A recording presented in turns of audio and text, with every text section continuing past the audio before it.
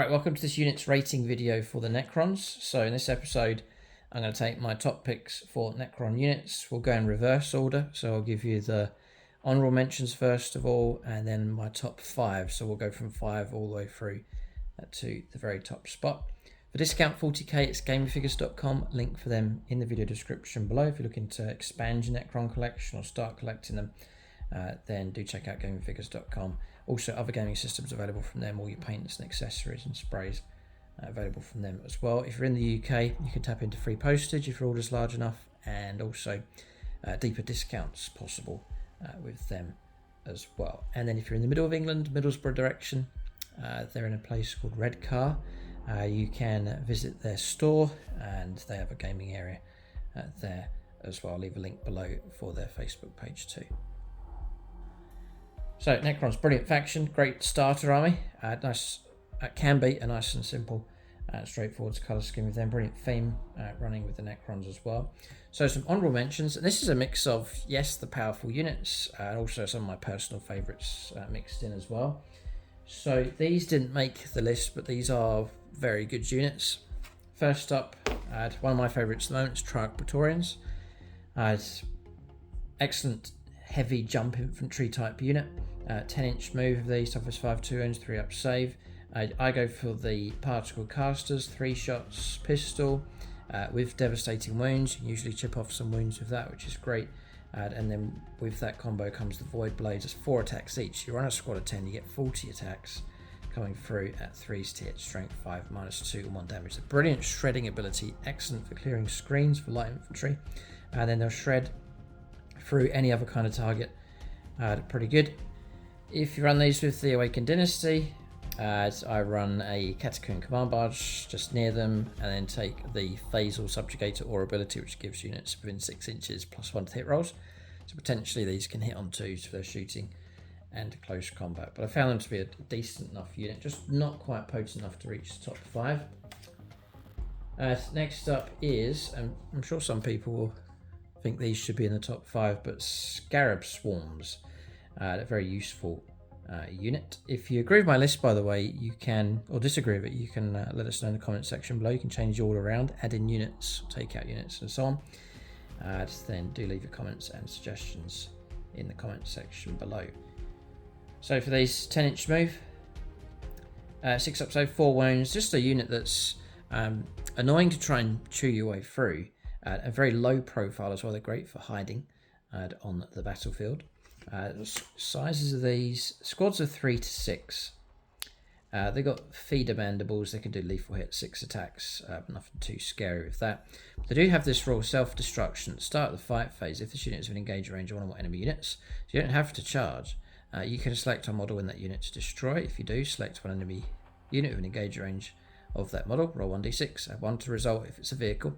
On a 2 to 5, so it's guaranteed against a vehicle, it's going to be d3 mortal wounds. And then on a 6+, you take 3 mortal wounds.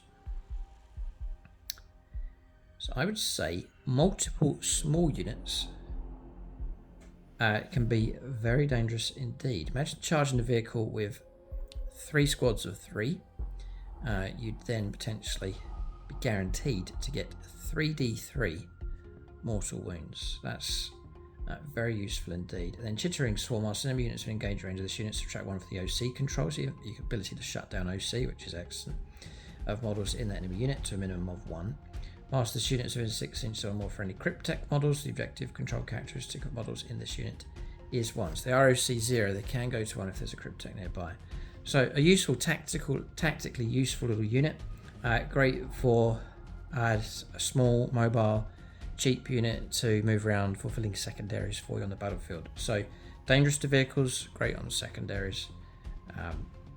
So hard-working unit there in the form of the Scarab Swarms, perhaps worthy of being in the top 5. Locust Destroyers, another honourable mention, just for their anti-tank capability of those. Don't need to go through all the stats, but the weapon I take is the Gorge Destructor. Heavy and lethal hits, just the 1 shot, but heavy, so if you sit still you can get +1 to the hit rolls. Again, if I run my Phasal Subjugator Catacombs Command Barge with the +1 aura ability, then they could go to 2s with him. If you get those hits, It's then strength 14, AP -4, and 6 damage. So it's a very potent anti-tank weapon. And then you do get optimized for slaughter. Each time mod on this unit makes attack with an enmitic. No, it's not that one. It's the other one. If a mod on this unit makes attack with a Gauze Destructor against a monster or vehicle, that's your usual target. Reroll wound rolls of 1. So a bit of help there with wounding as well. But these are real anti-tank snipers on the battlefield. They do have some downsides. They're not the fastest, and they're 4 wounds with 3 up save and no invuln. They can be vulnerable to being wiped out, with the max size of the unit being 3. So you've got to watch out for that. And so they haven't quite made it into the top 5. Another good one, honorable mention, the Canoptic Doomstalker. So very hard to get rid of. It's very durable. Toughness 8, 3 up save, a built-in 4+ invulnerable save, which is excellent. 12 wounds to try and get through. OC control's good on a 4. All of that with the invuln, the lots of wounds. It takes a fair bit of effort to bring these things down. So they're great sentinel type units for holding on to like home objectives. And then the shooting is good. I think it's better than it used to be. It's the Doomsday Blaster. So blast and heavy. Range 48, so you've got the board covered really well. D6 +1, it's perhaps a bit of a downside, the random number of shots. But D6 +1, 4s to hit, but if you sit still, you get heavy. Strength 14, which is excellent strength. AP -3 and 3 damage each time. So, again, not quite enough to make it into the top 5. The firepower's good. It's not the best, but this is definitely a solid enough unit to take for your Necron army. So, on to the top 5. Starting at number 5, and I think the firepower is just that much better on this. It's the Doomsday Arc. I don't have one of these.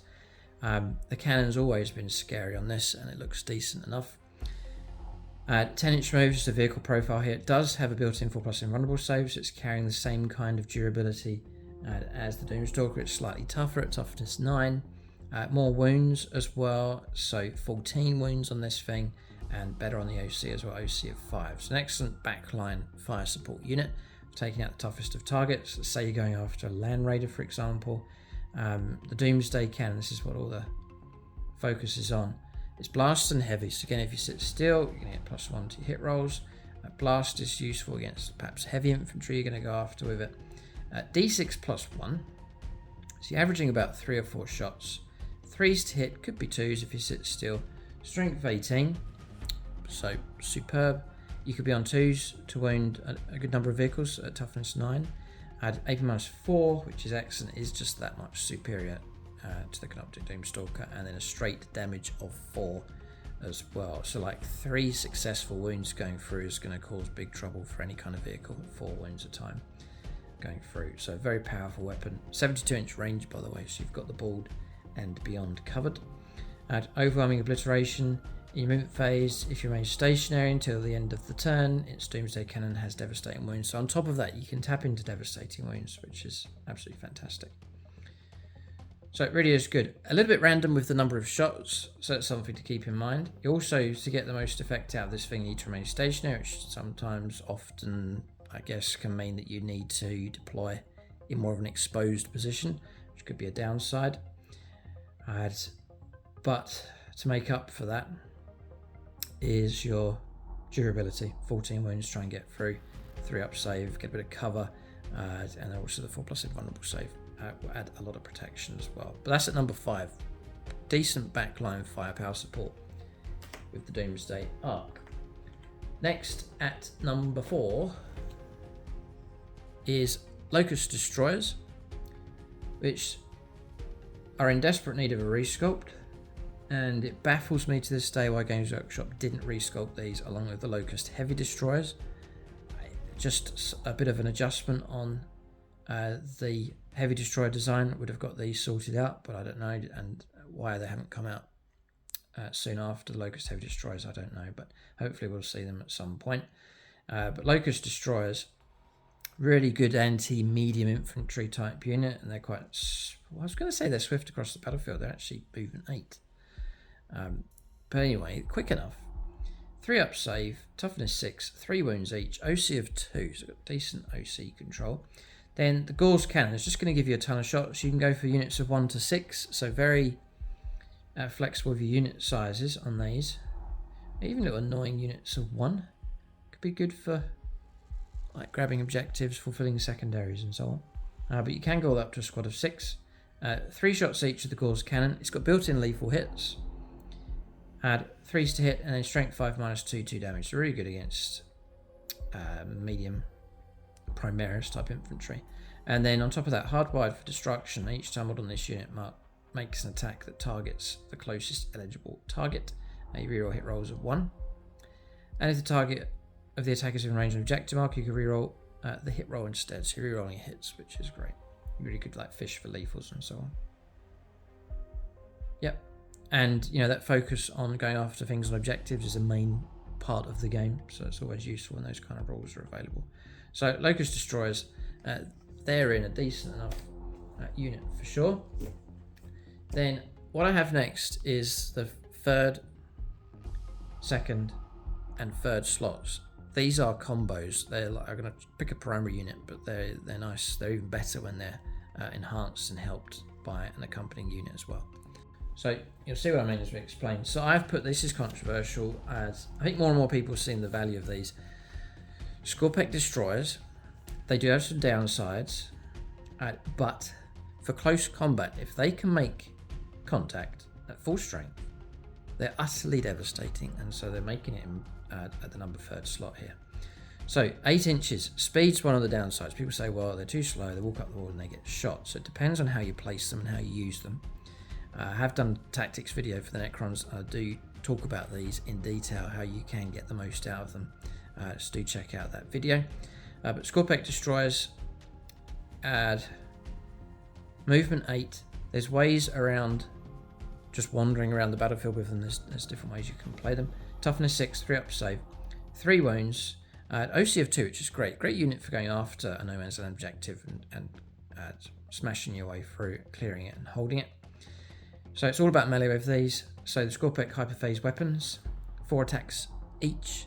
So squads of 3 to 6, you really could get a heap of attacks coming through, like 24 attacks at full strength going in. 3s to hit, strength 7. They've -2 and 2 damage. They are a bane to medium infantry. They will cut their way through quick enough, but they're so good I think they can take on pretty much anything. So you've got, for every 3 models you take a plasma sight. So a squad of 6 is going to carry 2 of those. Once per battle, each plasma sight this unit has, when the unit is selected to fight, you can use this ability. If you do until the end of the phase, melee weapons get devastating wounds. Now you're tapping into devastating wounds, which is an excellent bonus to have. It's really going to help you as you go after tougher targets, or you're against a target that's carrying some kind of invuln save and so on. You can bypass that with devastating wounds. You've got Whirling Onslaught as well, so each time model on this unit makes a melee attack, you can reroll hit rolls at once. Always rerolling ones in close combat. If they charge, you can reroll the hit rolls. So now you've got an exceptionally reliable number of attacks coming through, the potential to tap into devastating wounds.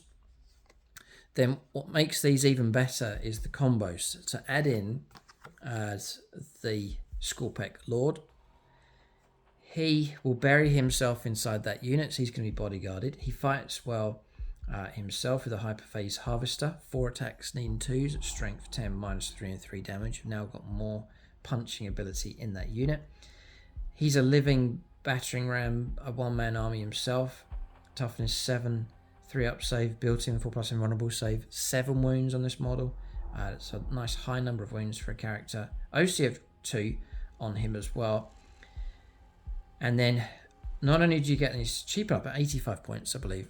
Not only is he cheap enough and nice heavy hitting in close combat, nice complement to the unit, he then blesses them as well. So I take Awakened Dynasty. He'll grant +1 to hit rolls for shooting in close combat. That means that himself and the entire unit of Scoreback Destroyers now hit on 2s, always rerolling 1s.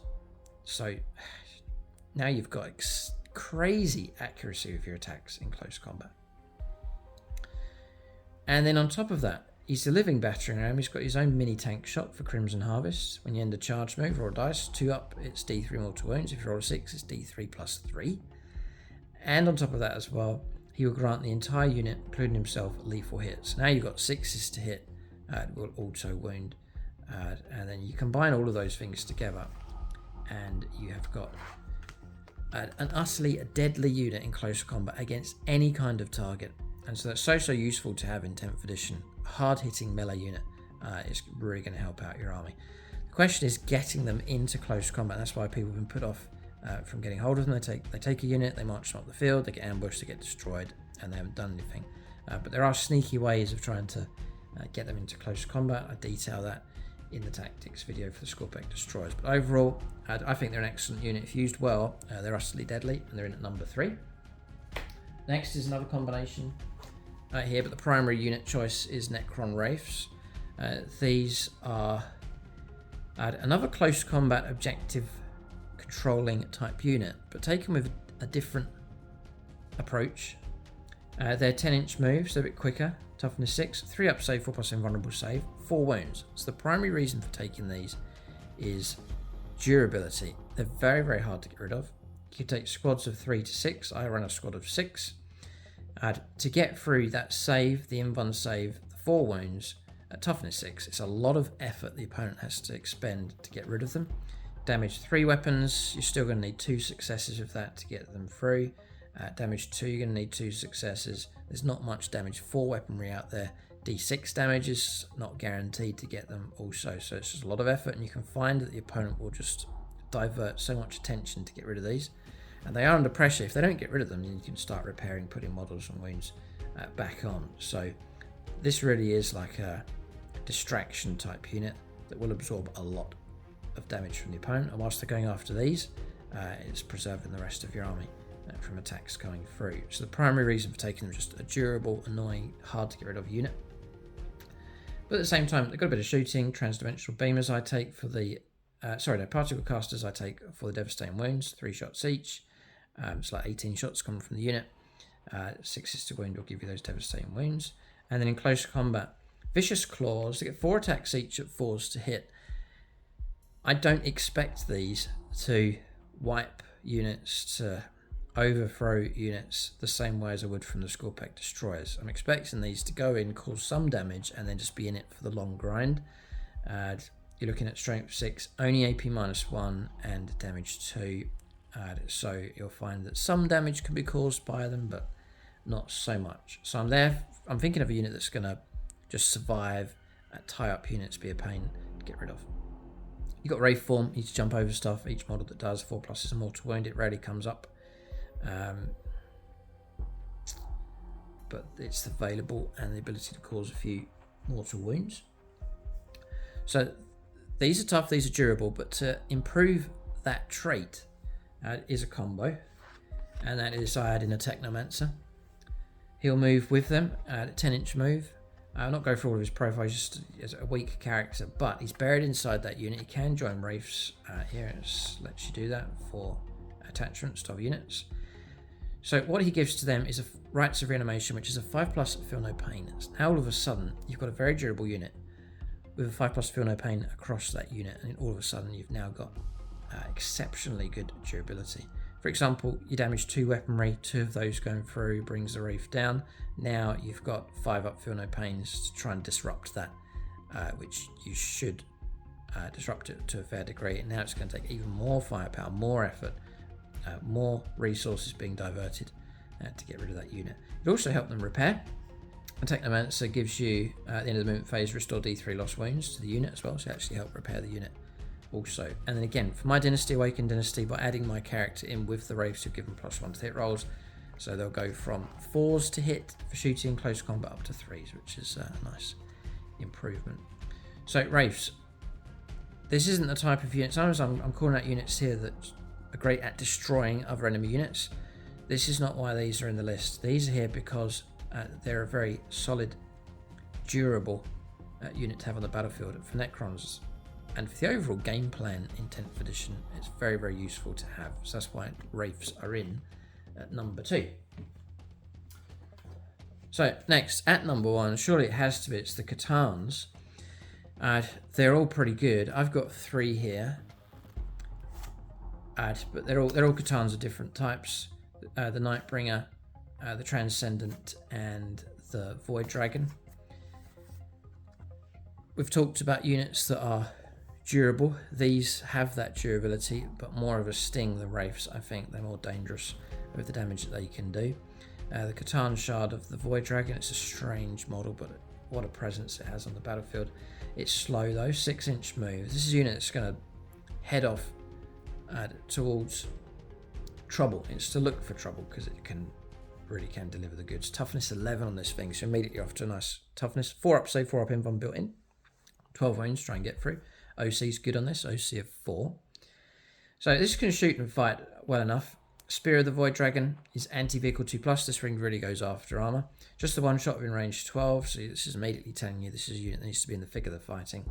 2s to hit, strength 4, but anti-vehicle 2+, so 2s to wound a vehicle. AP -3 and D6 +2 damage. You got the Voltaic Storm. Blast, sustain hits 2. A bit of anti-infantry stuff here. Range 18, D6 +3, 2s to hit, strength 7 -2 and 2 damage. And then in close combat, you've got Canoptic Tower Blades, 6 extra attacks, anti sort of horde type stuff. And then the spear, you can choose which profile you want to use. You can sweep with it to clear away infantry, and this is great here. You've got diversity of targets, so you can go after all kinds of targets. You know, he's great against vehicles, but he can sweep away lighter infantry as well, which is very useful to have, because sometimes people might try and bog these down with horde type units. So that'll be 10 attacks at 2s to hit, strength 8 -1 and 2 damage. But his forte is vehicles. Spear of the Void Dragon, 5 attacks, need 2, strength 12 -3 and D6 +2 damage. And again, anti-vehicle 2+. So he is dangerous against vehicles. We talked about durability. He's got a built-in 5 up, feel no pain, superb. Then matter absorption at the start of the shooting phase. Select one enemy vehicle within 12 inches of this model. Roll 1 dice. On a 2+, the enemy unit takes D3 mortal wounds. That model regains up to that many lost wounds. Again, dangerous towards vehicles. Adds to his durability as well. And Necrodermis. Each time an attack is allocated to this model, half the damage. So now, God, boy, he's hard to get rid of. He's got everything going for him. Great toughness, loads of wounds, invuln save. Half the damage, 5 up, feel no pain. I take it he can, reanimation protocols, right? So you can restore wounds back on as well. Ugh. This is a nightmare to get rid of. So yes, if the opponent sends in most of the army, they'll take him down, but it's a lot of effort to get rid of one of these things. And if you don't, this is the pressure on the opponent. If the opponent doesn't get rid of the Void Dragon, it's just going to wander around causing havoc. It's an excellent choice. The other one's the Catan Shard of the Nightbringer. Now, I'm not going for all the stats. The stats are the same across here. So again, you've got a very tough, very durable unit. Necrodermis is here, half the damage coming through. Again, feel no pain of 5+. You've got Gaze of Death for this, so firepower, range 18, D3 attacks, 2s to hit, strength 12 -2, and D6 +3 damage. It's a bit random. You could just get the one shot, so really rely on the firepower, just take it as a bonus. But then in close combat, Scythe of the Nightbringer, so you can strike with it. Built-in devastating wounds, 6 attacks at 2s to hit, strength 14 -2, so -4, and D6 +2 damage. And again, he can sweep if he needs to. Very, very useful. 14 attacks at 2s to hit, strength 8 -2 and 2 damage. I think in combat it's just that bit better against that bit better than the Void Dragon. Although the Void Dragon, you can argue, is specialised in vehicles, but more attacks, better profile across here. Drain life is the rule. At the end of the fight phase, roll 1d6 for each enemy unit within 6 inches of this model, and a 4+, the enemy unit suffers D3 mortal wounds. But he's there, super durable, very, very dangerous in close combat. The Void Dragon's okay. Yeah, could maybe get one of those. I'm kind of waiting for the other resculpts to come through. Like Games Workshop, I imagine, could do an amazing job of the Nightbringer. So I watch with interest. I'd rather see all the resculpts done for the Catans and then pick one instead of jumping the gun, going for the Void Dragon perhaps, and then a better one comes out, but we'll see. And the final one, I've put this at the top. It's the Transcendent Catan. So again, same kind of idea as this family of Catans here. Great OC, very tough. Necrodermis kicking in again, half damage. Feel no pain kicking in again with this. So for shooting, seismic assault, it's an assault, so you can advance and still shoot with it. Sustained hits of 1, range 12. Add 6 attacks, load of attacks, 2 hits, strength 8, -2 and d3 damage. And then crackling tendrils in close combat. 8 attacks this time, plus he gets sustained hits of 1, 2 hits, strength 9, AP -3, and d6 damage with him. Now, he's got everything going for him, but the rules here, the transdimensional displacement. I've played against this model once or twice. It's absolute pain. Each time this model is selected to advance, you can remove it from the battlefield and set it up again anywhere on the battlefield that is more than 9 inches horizontally away from enemy models. So it's like a running leap with him. Fascinating rules. There's nothing really quite like him. Now, you select to advance. It still means you're going to be able to fire your shooting weapon because it has the assault keyword. So you can do this crazy relocation across the board. So this is a super maneuverable unit, and for 10th edition, it's a very good thing to have. I think by the looks of it, it counts as just as arriving from reserve. It's got deep strike, by the way. So you can set it up anywhere on the battlefield more than 9 inches away. There's no prevention on you charging, so it really is like a great potential ambushing unit as well. So it's an absolute pain. A pain to get rid of, a pain to try and chase around the battlefield, and then dangerous as well. If you don't get rid of him, he's going to run into units. Now, looks-wise, I'm not so keen on the spaghetti model, but anyway, we're going by the strengths in this video, and so you've got yourself a very, very durable unit for sure, like all the Catans are. His lack of speed, 6-inch move, is made up by the fact that he can do this running jump and appear anywhere on the board, and just a real pain to get rid of. So he's in at number 1. It's the Catan family really, but the top choice would be the Transcendent Catan for his ultimate maneuverability around the battlefield. So that's my top unit choices for the Necrons. Number 5, the Doomsday Ark, for its sit at the back line, super long range, deadly firepower support. Then we have Locust Destroyers for medium infantry destruction, nice and maneuverable unit. Then Scoreback Destroyers, I've put them in at number 3 because if they can be delivered at full strength in close combat, they are utterly devastating. To the point where I would say, in close combat on the charge, they're higher impacts than a Catan, and so you're looking at that kind of level with the Necron Scoreback Destroyers. Then number 2 is the Wraiths. I like to have them accompanied by a Technomancer just to give them the best bonuses. For them, it's not so much about impact in close combat, but more about a highly durable type unit. And then the top spot is the Catans. Variety of options with them, but you've got yourself a very, very durable unit, very, very hard to get rid of. And all of those units that we saw are very, very dangerous in close combat. So some very strong options for the Necrons. If you agree with my list, let us know in the comment section below. If you want to change the order around, add in units that you think I should have put in, then of course let us know in the comment section. You can discuss tactics with other channel members over on YouTube channel membership. Keep a lookout for more videos in this series. Do check out the Necron series that I've done, reviewing the Codex. I've rated the detachments. I've got tactics video where I talk about some of these combinations in more detail. I've got the full army video as well, painting tutorials. Do check out all the content for the Necrons on the channel, and of course check out those bad reports to see the Necrons in action as well. Check out gamingfigures.com for discount 40k. Thanks for watching. Tune in next time.